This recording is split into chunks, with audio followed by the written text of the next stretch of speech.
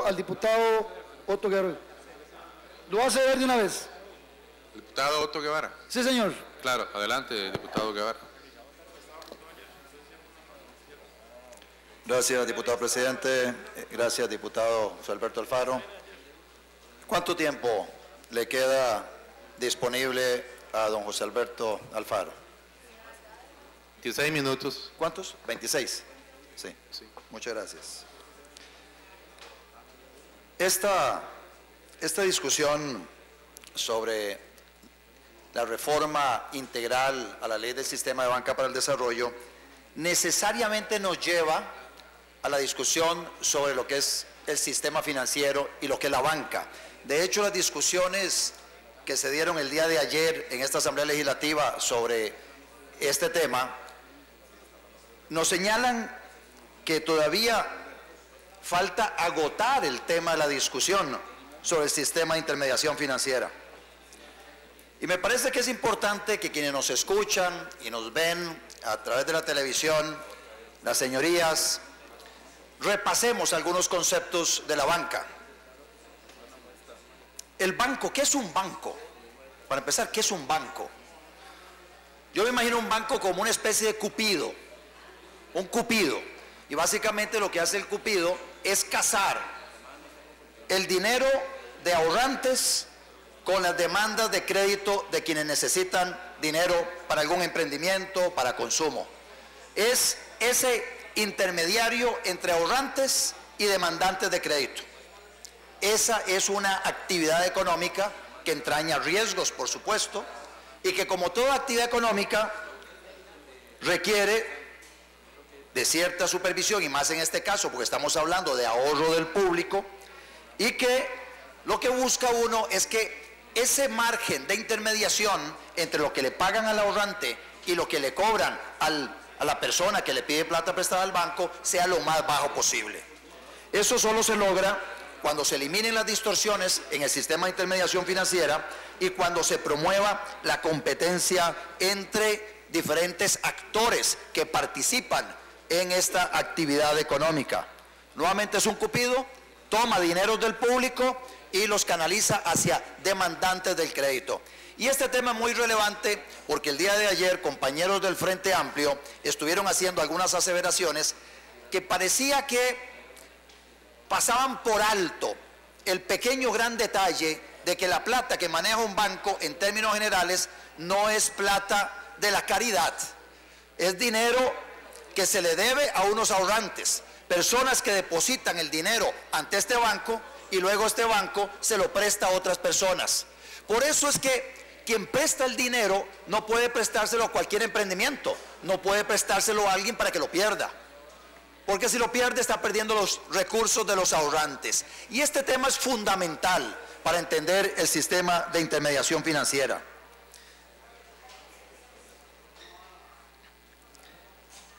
Don Edgardo Araya, el día de ayer, hablando de los banqueros, él decía, y aquí tengo el acta de la participación de don Edgardo, decía, no, mire, don Otto, la banca para el desarrollo no es toda la banca, los bancos privados están para hacerse ricos y punto. Lo de cómo van a hacerse ricos no les importa, dice don Edgardo. Dijo, así sea, explotando y quebrando al grande o el pequeño. Eso no es problema para ellos. Eso dijo don Edgardo. Don Edgardo se equivoca. Ese no es el negocio de la banca. El negocio de la banca es prestarle a alguien y que esa persona le pague de vuelta y ganarse los intereses respectivos. El negocio del sistema de intermediación financiera de la banca no es quedarse con propiedades. Ese no es el negocio. El negocio es prestarle plata a alguien que se la paga de vuelta pagando una tasa de interés, que es una tasa de interés, ojalá lo más baja posible, y solo se va a lograr una tasa de interés baja cuando hay mucha competencia entre los actores económicos, los agentes económicos en este negocio, y se eliminan las distorsiones que lamentablemente hoy tiene nuestro sistema de intermediación financiera. Entonces no es correcto la apreciación que comparte con nosotros el compañero de Frente Amplio, don Edgardo Araya.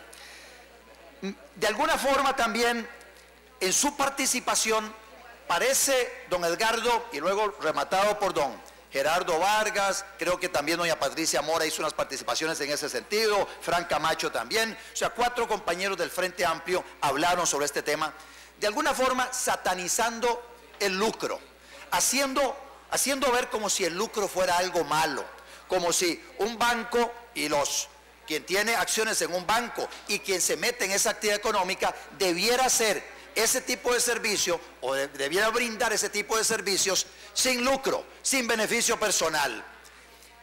Y pensar eso desconoce básicamente cómo es que funciona la economía en una sociedad. Gracias al afán de lucro del panadero es que comemos pan. Gracias al afán de lucro de la persona que labra la tierra es que comemos los productos que se extraen de la tierra. Gracias al afán de lucro del abogado es que tenemos servicios de abogacía. Gracias al afán de lucro de don Humberto Vargas es que tenemos posibilidad, muchas personas, de adquirir un apartamento, una casa, un local comercial. Gracias al afán de lucro de don Antonio Álvarez es que hay empresas produciendo fuentes de trabajo para personas allá en la zona caribeña. Gracias al afán de lucro de don Gerardo Vargas Rojas en sus empresas, en las farmacias. Gracias a ese afán de lucro es que estas farmacias le ofrecen en diferentes rincones del país sus productos a quienes están dispuestos a demandarlos y consumirlos. Él no lo hace por caridad. Ninguna de estas personas que he mencionado lo hacen por caridad. La economía no funciona por caridad. Es el afán de lucro, el beneficio personal, lo que mueve a una economía. Y esto es muy importante dejarlo claro y remacharlo un día sí y el otro también. Y el otro también. Porque el no comprender eso no permite entender cómo es que funciona la economía. De las empresas, todas las empresas mercantiles, que lo que buscan obviamente es la maximización de los dividendos, de las utilidades, de los beneficios de sus accionistas. Así es como opera, y gracias, como le decía anteriormente, no solo al afán de lucro del banquero, es que hay crédito para muchas otras personas. Si no se fuera a ganar una plata, no estaría metido en esa actividad económica, no habrían bancos dispuestos a tomar el ahorro del público y pagar una tasa de interés, y no habrían bancos dispuestos a prestarle dinero a quien demanda ese dinero para consumo o para producción. Así que el tema del lucro es central en la economía de una sociedad y no podemos hacerlo a un lado. Un capítulo aparte merece lo que mencionaba don Víctor Morales Zapata en su participación anterior, que es toda esta otra dimensión de los fondos mutuales, del aporte que hacen muchas personas de recursos para ayudarse a sí mismos con esa buchaca que están ellos construyendo a lo largo del tiempo con sus aportes, invirtiéndola de cierta manera para tener algunos rendimientos y luego tener algún tipo de beneficio de esos aportes. Ahí la motivación es diferente y son dos sistemas de organización que mueven a una sociedad. Estos sistemas asociativos, cooperativos, mutualistas, y estos otros que tienen que ver con el mundo empresarial de todo nivel, desde el vendedor de copos hasta el vendedor de naranjas que todas las mañanas vemos aquí en el bulevar entre el Castillo Azul y el edificio de Sion. Esa persona que está todas las mañanas vendiendo zumo de naranja, no crean que lo hace por caridad a nosotros que estamos demandando ese jugo naranja. Lo hace porque se está ganando una plata, lo hace por el afán de lucro que lo motiva a ganarse una plata para sostener a su familia. Eso es importante y lo voy a remachar una vez y otra vez y otra vez a lo largo de estos siguientes 4 años. El lucro y perseguir el lucro y el beneficio personal no es malo, todo lo contrario. Gracias a ese lucro y a la búsqueda de ese lucro es que las sociedades prosperan. Ahora, se requiere supervisar las operaciones de quienes toman dinero del público y lo prestan. Y ahí era el reclamo de don Víctor Morales Zapata en relación con las cooperativas de ahorro, en relación con la Caja de Ande, porque en principio no están invitando al público para que invierta y deposite su dinero en esas organizaciones sociales. Y por eso hablaba de una supervisión diferenciada en el caso de cooperativas, en el caso de la Caja de Ande y otras organizaciones que lo que hacen es recibir contribuciones de sus asociados, de sus miembros. Y eso es diferente a un banco que pone una ventanilla e invita a la ciudadanía a que deposite plata en ese banco, que luego esa plata la va a utilizar para prestársela a un demandante de crédito. En ese caso se requiere de cierto tipo de supervisión y hay unas normas que se han desarrollado a nivel internacional para estandarizar los controles sobre la banca y el sistema de intermediación financiera, inclusive a nivel internacional. Y es ahí donde caemos en las normas de Basilea. Y esas normas de Basilea obliga a los bancos a tener ciertas reglas a la hora de relacionarse con las personas a quienes van a prestar dinero. Y esas reglas hacen que obviamente un banco que tiene ahorro del público no pueda prestarle plata a una persona que no está involucrada en un proyecto económico que pueda rentar lo suficiente para pagar ese crédito, porque no son damas de la caridad, como mencionaba don Edgardo Araya, porque no están diseñadas para eso. Es ahorro del público. Ese ahorro del público no lo pueden disparar, no lo pueden dilapidar, porque se lo deben a sus ahorrantes. Por eso hay que prestárselo, ellos se lo prestan a alguien que les pueda pagar de vuelta ese dinero. Eso básicamente para contextualizar la discusión de lo que es la banca. Ahora viene la otra discusión. ¿Debe ser la banca estatal o privada o mixta? Y acá pareciera, y me gustaría que don Edgardo nos lo aclarara o los amigos del Frente Amplio hicieran una participación sobre el tema, porque parecía de alguna forma extrañar en forma nostálgica la estatización de la banca del 48 y 49. De alguna manera me parece, y nuevamente me corregirán ustedes si estoy equivocado, los diputados del Frente Amplio consideran que la banca, todo el negocio, la intermediación financiera, esa actividad económica, la intermediación financiera, debería estar en manos del Estado. Eso es lo que de alguna manera interpreto de las participaciones de ellos el día de ayer y el día jueves pasado.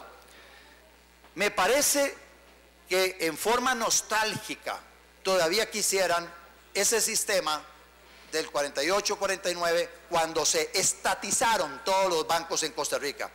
Y no por las razones que mencionó don Edgardo Araya en su participación. Básicamente él dijo en su participación, los estatizó la Junta de Gobierno en aquel momento porque no le prestaban a personas que requerían de un crédito y por eso lo estatizaron. No conoce la historia de don Edgardo Araya porque esas no fueron las razones. No le prestaron al gobierno, que es otra cosa. El gobierno ya entonces mostraba un desequilibrio en sus finanzas públicas, llegó al banco, y a los bancos que habían allá privados a decirle, mire, necesito plata para financiar mi desequilibrio en las finanzas públicas, a lo que muy válidamente quien administra recursos de los ahorrantes le dijo, ¿y cuál es la garantía que me va a dar usted? No, soy el Estado, usted me la presta. Y así fue como los otros se negaron a prestarla y luego lo demás lo conocemos todos. Vino el decreto para estatizar la banca, para que así pudiera estar la banca comercial al servicio de quienes gobernaban. Esa fue la historia. Querrá el Frente Amplio regresar a esas épocas donde la banca era totalmente estatal, porque eso es lo que de alguna manera desprendo de esta observación que hace don Edgardo Araya, en el sentido de que a partir del 80, principios del 80, cuando se empieza a abrir la posibilidad de la participación de la banca privada, ellos lo ven como el fin de la banca de desarrollo. Dicen que la banca de desarrollo se acaba cuando empieza a participar muy poquito la banca privada, más o menos en 1982-83, cuando empezó con el banco Banex, si mal no me acuerdo. ¿Debe participar el Estado en la intermediación financiera? Y esta es una pregunta inclusive para los amigos de la Unidad Social Cristiana. Hay un principio en la ideología social cristiana que es el principio de la acción subsidiaria del Estado. Y ese principio básicamente lo que dice, que se deriva de las encíclicas papales, es que si el individuo puede encargarse de algo, deje a la persona encargarse de eso. Si la persona no puede por sí misma, ve a ver de qué manera a través de una organización muy pegada al individuo, muy cerca del individuo, se puede hacer a través de una asociación, una cooperativa, una empresa, algún tipo de organización. Si no lo puede hacer, ve a ver si el gobierno local lo puede hacer. Si no lo pueden hacer los otros, tal vez ese gobierno local cerca a la gente lo puede hacer. Y así va ascendiendo hasta que finalmente, si los individuos no se incorporan, no se involucran en cierta actividad y se considera que es vital para la sociedad, se permite la participación del Estado en forma subsidiaria, dice básicamente si no lo hacen los particulares. La pregunta que uno debiera hacerse acá es, ¿debería el Estado participar en la intermediación financiera a través de la banca? Esa es una pregunta que debemos hacernos. ¿Se justifica que en Costa Rica, hoy que hay banca privada, donde el sector privado está participando activamente a través de sociedades mercantiles y a través de un sinnúmero de otras organizaciones como las cooperativas de ahorro y crédito, la Caja de Ande y otro tipo de fondos mutuales, se justifica que el Estado tenga tres bancos del Estado? Esa es una pregunta que dejo ahí en el aire para abrir una discusión sobre el tema. Hoy hay un desequilibrio muy grande en las finanzas públicas y nosotros tenemos tres bancos del Estado. Hay un banco de los trabajadores que es el Banco Popular. Están todos los otros bancos privados. Podrían haber más bancos privados si se removieran las barreras que hoy existen para que puedan participar en este mercado más actores económicos en intermediación financiera. Y en ese entorno se justifica que haya banca del Estado.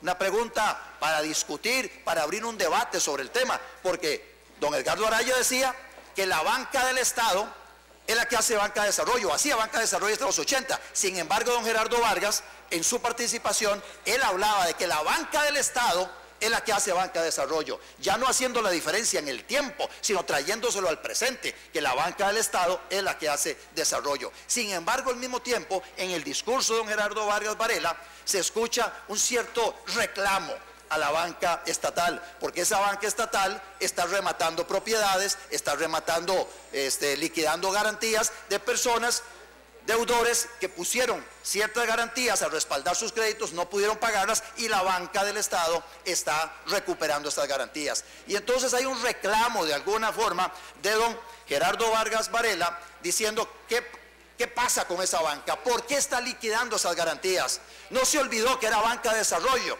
La banca de desarrollo debería poderle prestar plata a gente que incluso sin garantía la reciba y si no la paga ni modo, no la pagó. Juntos, el Estado y la persona apechugan con las deudas.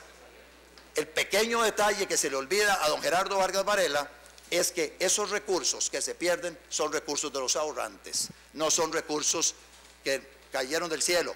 Alguien los puso y quien los puso fueron todos los ahorrantes. Por eso ese dinero no se puede festinar, por eso el dinero no se le puede prestar a una persona que no tiene capacidad para pagarlo de vuelta, a un proyecto productivo que no dan los números. Si no dan los números, no es en el banco donde tienen que ir a buscar su endeudamiento. Habrá otra persona que tal vez está dispuesta a perder su dinero, pero no en la banca.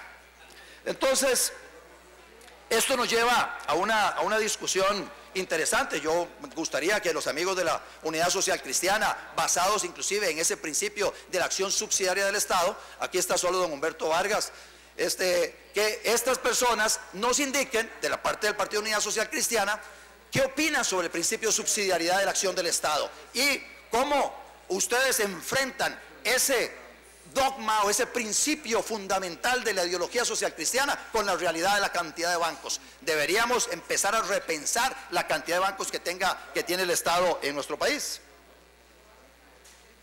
¿Cómo hacer para que haya competencia? Porque don Edgardo mencionó algo muy interesante en su participación de ayer, creo yo, Edgardo. Habla de que el mito, dice Edgardo Araya, el mito de la mano invisible que regula el mercado, cuando está absolutamente demostrado que eso no es cierto. Vean la aseveración que hace don Edgardo Araya. Hay un mito, el mito de la mano invisible, que regula el mercado y dice, está absolutamente demostrado que eso no es cierto. Don Edgardo Araya, del Partido Frente Amplio, mi querido compañero Oscar López, que me está preguntando de qué partido es. Ok. Ahora resulta, y esta es una discusión interesantísima, mano invisible versus mano visible. Pareciera que para don Edgardo Araya y los compañeros del Frente Amplio es mejor la mano visible del Estado. Esa mano visible que se ve hoy, por ejemplo, en Venezuela, donde gracias a esa mano visible hoy prácticamente no hay productos en los anaqueles de ningún centro de abarrotes. Automercados, supermercados grandes, pulperías de barrio, casi no hay productos. Ahí está la mano visible del Estado, fijando precios, fijando cuotas, reduciendo márgenes de utilidad, interviniendo en el mercado. Bueno, gracias a esa mano visible hay pobreza, hay miseria, hay escasez en Venezuela. La pregunta que yo me hago, ¿es esa la mano que quiere don Edgardo Araya y los amigos del Frente Amplio en Costa Rica? Esa mano visible que determina topes de cartera, tasas de interés, a quién se le presta, a quién no se le presta, quién gana, quién no gana, qué margen de utilidad puede tener alguien en su actividad económica, quién puede importar, quién no puede importar, quién puede disponer de su propiedad de la forma en que quiera o no. Es esa la mano visible en la que cree el Frente Amplio versus la mano invisible, esa producto de la interrelación de miles, de cientos de miles, de millones de personas que todos los días en el mercado están transando cosa y precio. Esa mano invisible, por ejemplo, es la que determina el precio que le cobra el barbero a don Gerardo Vargas Varela por acicalarle su barba. No hay una mano visible estableciendo un precio de cuánto le cobran por acicalarle su barba. Tampoco hay dice don Gerardo Vargas Varela que él se hace su propia barba, en cuyo caso, pero lo llevo a cualquier otro caso, Gerardo, a cualquier otro caso. Esa mano invisible es la que determina el precio que le cobra la peluquera, el peluquero, a cualquier otra persona, la que determina el precio por alguna ocupación, la que determina valores en el mercado de por qué ustedes van en estos momentos a cualquier centro de abarrotes grande y usted encuentra infinidad de precios. Ese precio se determina por esa interrelación, esa gran cantidad de miles, de cientos de miles, de millones de transacciones que determinan que hay un precio. Ese precio, a propósito de la experiencia que les conté de cuando sembré chile, ese precio que cuando yo salí con los sacos de chile en aquel verano de 1983 al mercado, resulta que el precio del chile estaba por el suelo porque había una sobreoferta de chile en un mercado reducido. No había una mano visible estableciendo precios ni condiciones. Ese precio lo determina la interacción entre miles de personas, unos vendiendo, otros comprando. Yo prefiero 1.000.000 de veces esa mano invisible a la mano visible, que la vemos muy visible en Cuba, la vemos muy visible en Venezuela, la vimos muy visible en la Unión de Repúblicas Socialistas Soviéticas, todos los países dentro o vinculados a la influencia soviética, donde gracias a esa mano visible se generó escasez, miseria, pobreza, violación a los derechos de propiedad, sociedades fallidas, empobrecidas, y eso obviamente no lo quiero para Costa Rica. Viene otra discusión,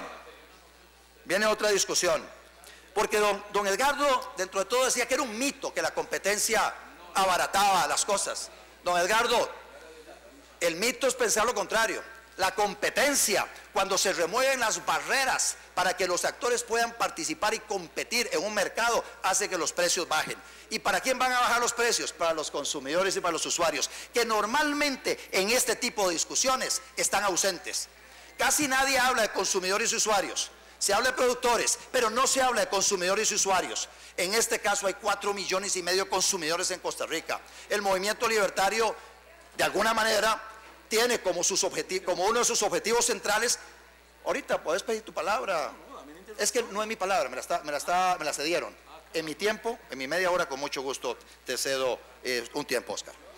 Les decía que la competencia en cualquier actividad económica hace que las personas den lo mejor de sí, que las empresas den lo mejor de sí. Muy sencillo, si no da lo mejor de sí, el consumidor, que es el rey, el usuario, que es el rey, va y escoge a otro proveedor. Así de sencillo. Un productor no puede darse el lujo, o un proveedor de servicios no puede darse el lujo de brindar servicios de mala calidad, productos de mala calidad, a precios exorbitantes, a precios que estén fuera de ese precio de mercado fijado por la mano invisible que no le gusta a don Edgardo Araya. Bueno, aquellas empresas que producen arriba de su costo, que venden arriba de su costo de producción muy alto y muy superior a cualquier otra empresa con la que está compitiendo, pues no va a vender sus productos, así de sencillo. Si brinda un mal servicio, la gente no va a comprar sus servicios.